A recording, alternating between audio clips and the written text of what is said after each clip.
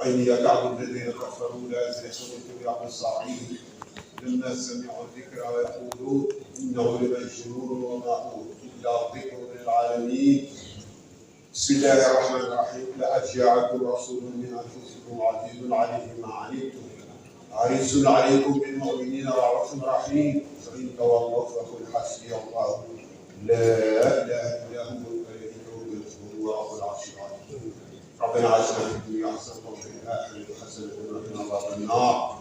ربنا لا تزغ قلوبنا بعد إذ هديتنا وهب لنا من لدنك رحمة إنك أنت الوهاب.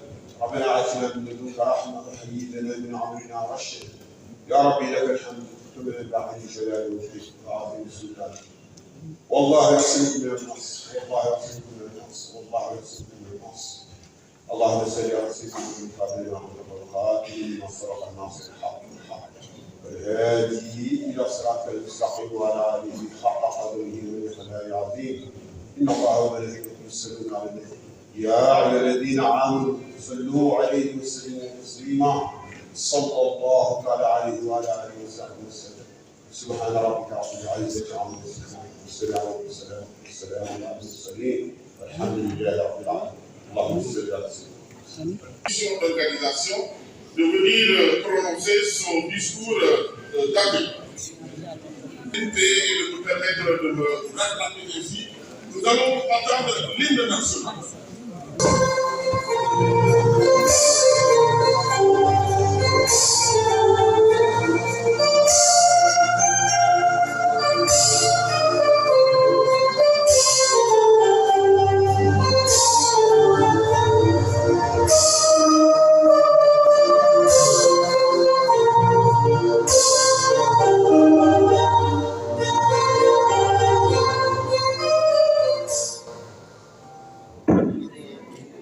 Merci beaucoup.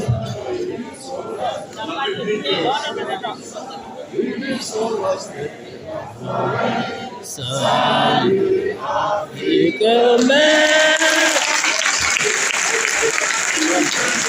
Merci. Monsieur le ministre de la fonction publique, du travail, monsieur le président du Haut Conseil du dialogue social, monsieur le représentant du Bureau international du travail,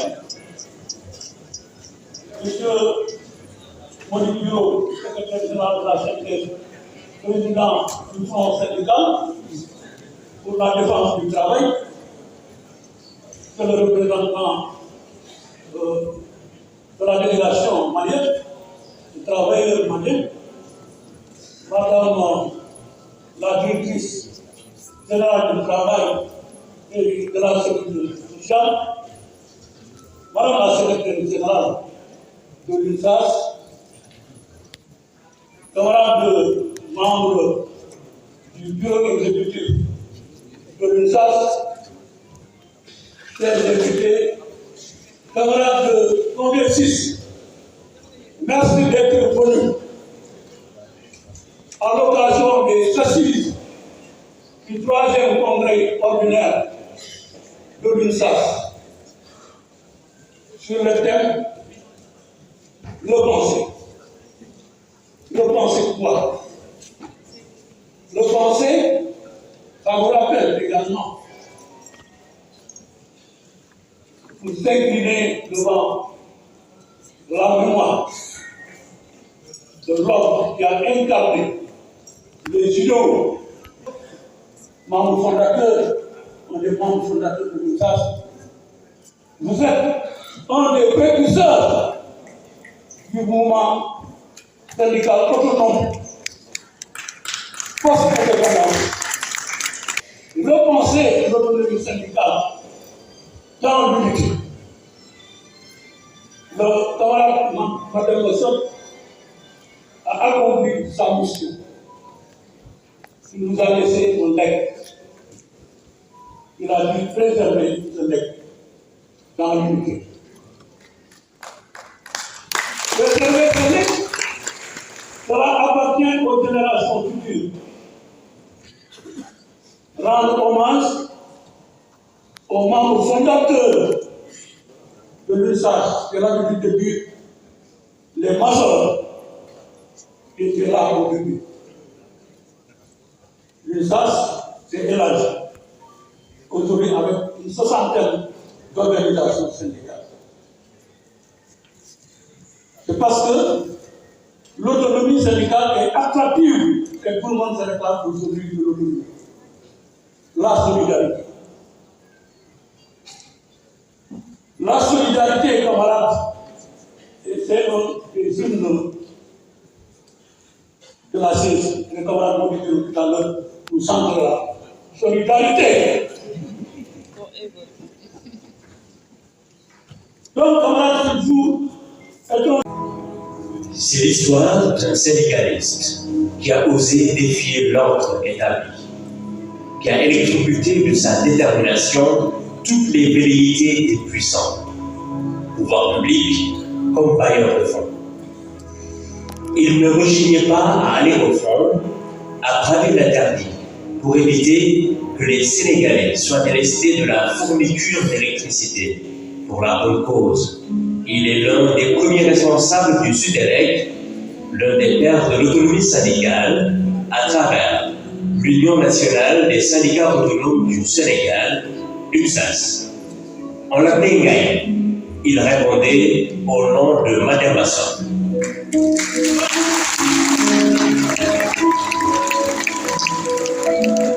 Comme une prémonition, un clin d'œil du destin, c'est 7 jours avant la fête du 1er mai 2024, le 23 avril, que Madame Masson, élégamment habillée, malgré une santé pas des meilleures, a porté la parole des autres responsables de centrales syndicales devant le président de la République, Bassirou Diomaye Diakhar Faye. L'une de ses dernières apparitions publiques, comme toujours, il a su porter la voix de la vérité. Nous avons essayé d'explorer les différentes solutions. Et surtout, nous avons essayé de nous inscrire dans un dialogue empreint de franchise et de cordialité qui permet d'ouvrir de nouvelles perspectives. Et pour nous, cette ouverture a commencé.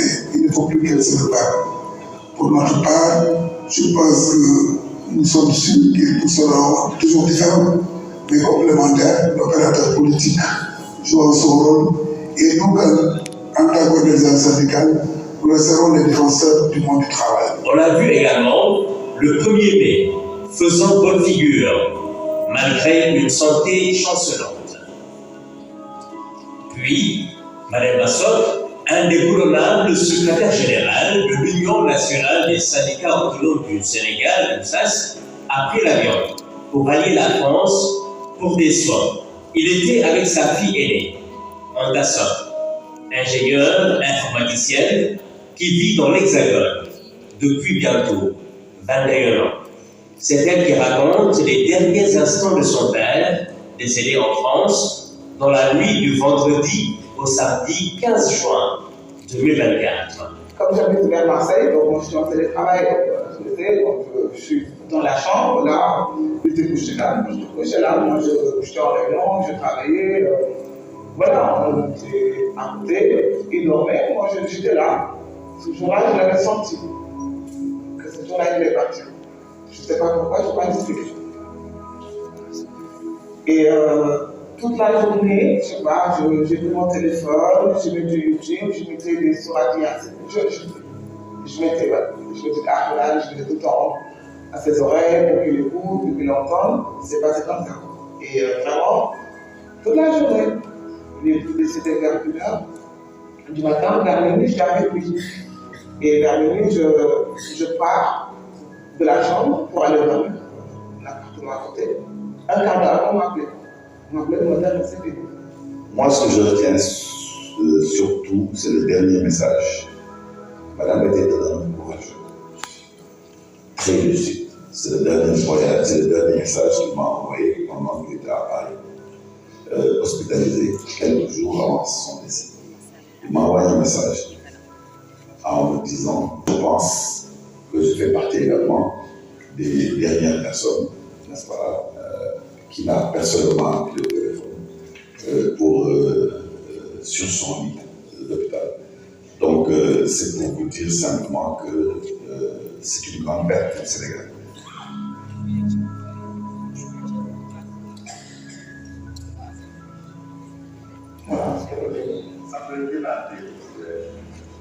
Ça a été ma réaction.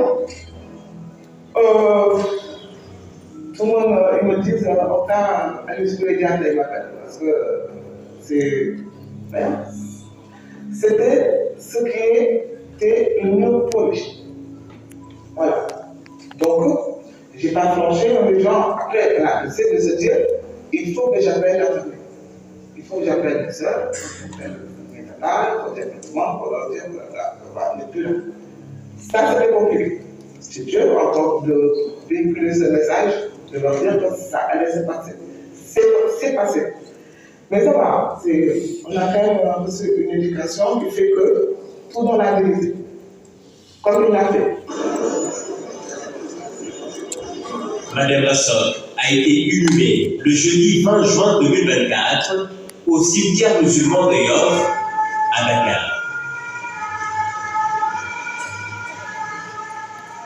Une plongée dans le royaume d'enfance de Madame Lassoc, née le 16 août 1951 à Louga, fils de Morsec et de Dylan Diop, permet de savoir d'où le syndicaliste, l'homme tout court, a puisé ses valeurs qui ont fait sa force de caractère. Tout ce qui est bon en lui, du point de vue de la rigueur, de la pertinence, du don de soi, il a hérité de son frère, le vieux monstre. Son jeune frère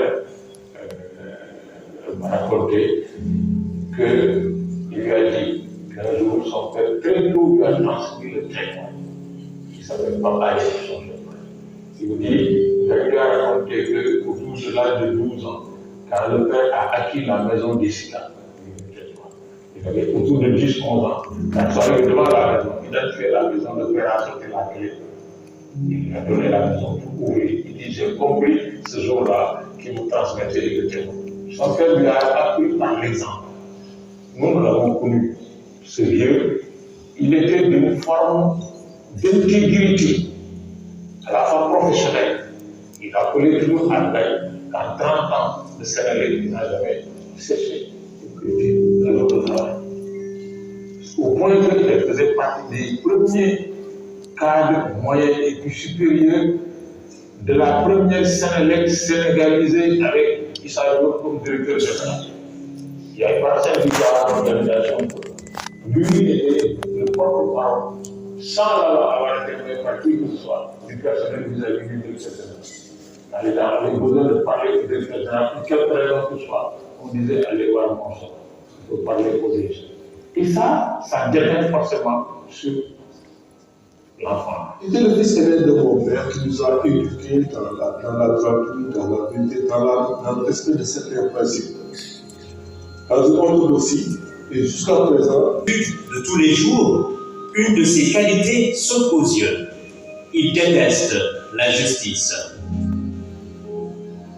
On est en 1979, une première grève éclate à la Sénélec. Maya Diop, alors président du bureau régional de Dakar de la CNTS, dirigé à l'époque par Babacar Diagne, vint présider une assemblée générale des travailleurs de la Sénélec.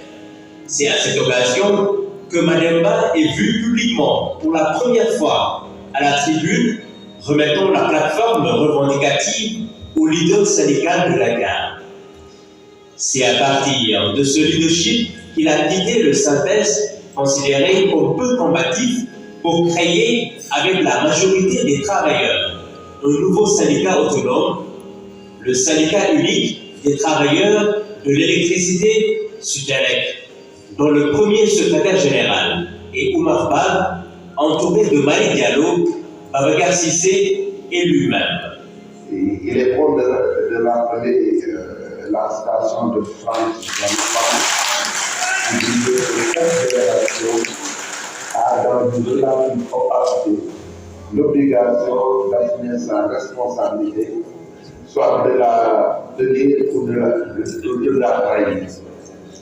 Et lui, il a accompli sa mission. Dès qu'il est arrivé en Sénégal en 1977, il est entré dans le mouvement syndical et il avait trouvé un syndicat qui faisait de la participation responsable, CNTS. Alors, au cours de leur combat syndical, Mademba plus les autres, en compagnie des autres camarades syndicalistes, ont senti la nécessité de